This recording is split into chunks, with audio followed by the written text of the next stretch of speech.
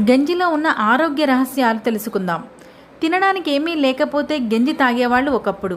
కానీ ఇప్పుడు ఆ గంజే పరమాన్నం అంటున్నారు పోషకాహార నిపుణులు. గంజిలో ఉండే అనేక రకాల పోషకాలు మనకు ఆరోగ్య ఫలితాలను ఇస్తాయి. అందుకే గంజి నీటిని పారబోయకుండా తాగితే మంచిది.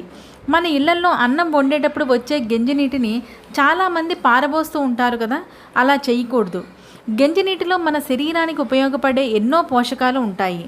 వాటిని గోరువెచ్చగా ఉండగానే చిటికెడు ఉప్పు వేసి తాగాలి. దీంతో మనకు అనేక లాభాలు కలుగుతాయి. ఎండలో బయటికి వెళ్ళి ఇంటికి రాగానే దాహంతో కూల్ డ్రింక్స్ తాగేస్తూ ఉంటాం, లేదా ఏ సోడా బండి దగ్గర సోడానో చెరుకు రసమో తాగుతూ ఉంటాం.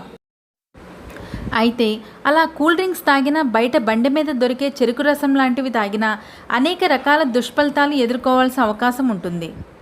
నిజానికి కూల్ డ్రింక్స్ తాగితే దాహం తీరడమేమో కానీ శరీరం డీహైడ్రేట్ అయిపోతుంది.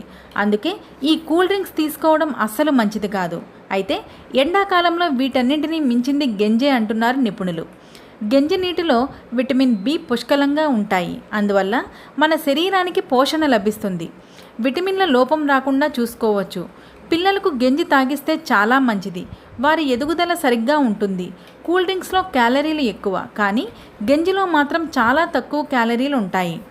ఒక గ్లాసు గంజి తాగితే ఎక్కువసేపు ఆకలి వేయకుండా ఉంటుంది. ఇందుకు కారణం దీనిలో ఉండే పీచు పదార్థాలే. ఈ ఫైబర్ వల్ల కడుపు నిండుగా ఉన్నట్టు అనిపిస్తుంది. ఎముకలు పటిష్టంగా ఉండాలంటే రోజు ఒక గ్లాసుడు గంజి తాగండి. ముఖ్యంగా మహిళలు రెగ్యులర్గా గంజి తాగితే రక్తహీనత సమస్య రాకుండా ఉంటుంది. బియ్యంతో తీసిన గంజ మాత్రమే కాకుండా ఇతర ధాన్యాలు, చిరుధాన్యాల ద్వారా తయారు చేసిన జావ వల్ల కూడా అనేక ఆరోగ్య ప్రయోజనాలు ఉన్నాయి. ముఖ్యంగా బరువు తగ్గాలనుకునే వాళ్ళకి ఇది మంచి బ్రేక్ఫాస్ట్. దీనిలో క్యాలరీలు తక్కువగా ఉండడం వల్ల శరీరంలో కొవ్వు పెరగదు. ఫైబర్ కంటెంట్ అధికం కాబట్టి తొందరగా ఆకలి వేయదు. అందుకే ప్రతిరోజు గంజి కానీ జావ కానీ తయారు చేసుకుని ఉదయమే తాగితే మంచి పోషకాహారంగా, బరువు తగ్గించే ఫుడ్గా పనిచేస్తుంది. ఇక నుంచి అన్నంతో పాటు వచ్చే గంజిని పారబోయకుండా తీసుకోండి.